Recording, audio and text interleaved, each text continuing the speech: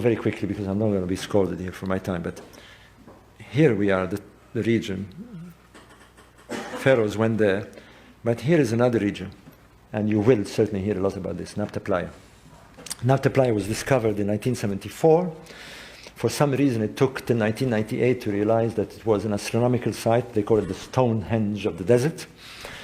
There are megaliths there, but they're not as big as Stonehenge. But it's one of those things. It's not so much their size, it's what they mean. Because what they found, as they started finding this in 1998, is that they have astronomical alignments. There's one of the stone circles. Very strange stuff. Very strange stuff. No signs of human beings, except what they left us. A bit like Stonehenge, just the rocks. But here they are doing strange stuff. We found tumuli. We thought they were going to be tombs. Excavated them, they buried 2-ton rocks. Why they would do that? And they would bury the rock 3 meters down, cover it with a tumuli, and when we went under, when we removed the rocks and went under, we found a natural outcrop that was hand carved. Now the sediment to cover up to that level, we know that the bottom was exposed maybe 12,000 years ago. These people were there 12,000 years ago. And their presence there was till about 3,500 BC.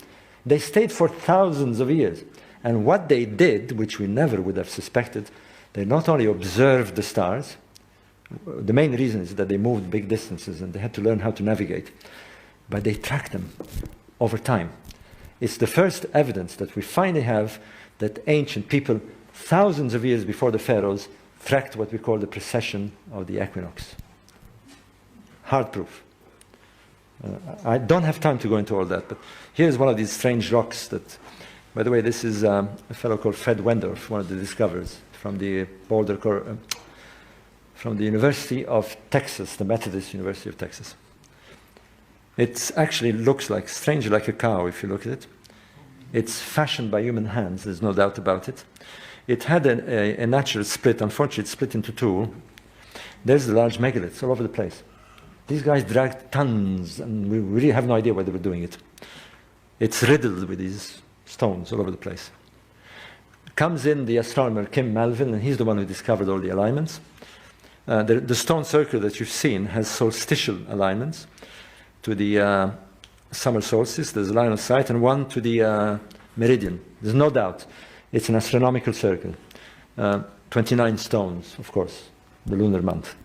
By the way, the Wagner circle, we now know that they're both tied, and they're 700 kilometers apart.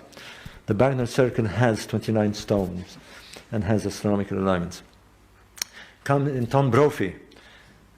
What Kim Melville discovered, not at the circle, they found that there were lines of stones, about half a kilometer long, some of them pointing eastwards, and some of them pointing northwards.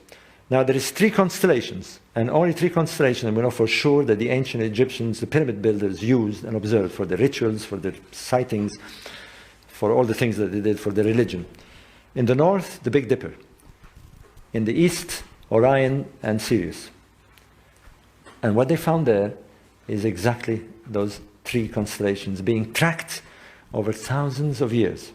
They were not only observing the same constellations, they were tracking them. I don't want to go into too much of the mathematics here, but you'll be hopefully reading my book. Here is one of the alignments, one of the megaliths, and you can't see the distant ones. They shoot towards the east and the south. We're observing. I have to go fast here. Sundials, 8,000 years ago.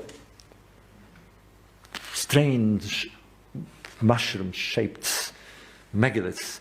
We know that they were put there by human hands because the rock is not natural. It was carted from about 300-400 meters away. There you are. I'm going to have to close, but what we now think, this is it. This is the bottom line, is that I remember I spoke about 200,000 years ago, somewhere in the east. This woman gave birth. Spread around the world, you are it. But one group, black Africans, we think about 25,000 years ago, moved to the Chad, the Tibesti. The reason we think that is because not only you can see the route here now, Why not? They probably came down. We know this because we found the same rock art at Tibesti Mountains. Very mysterious region. This is the next expedition I'm going to try and do. It's very dangerous. There's a civil war going on there. But here is what we think now, that about 15,000 years ago, they came here, they stayed here for a long time, eventually came down here, and by that time they had acquired all the rudiments of civilization. They knew astronomy, they had domesticated cattle, as you've seen, agriculture, and moving stones. They entered the Nile Valley probably at around 3,500, maybe 3,800, injected this knowledge in a hunter-gathering society that was there, and lo and behold, we have the Egyptian civilization. I'll stop here because I'm well over my time. Thank you very much. It was fantastic.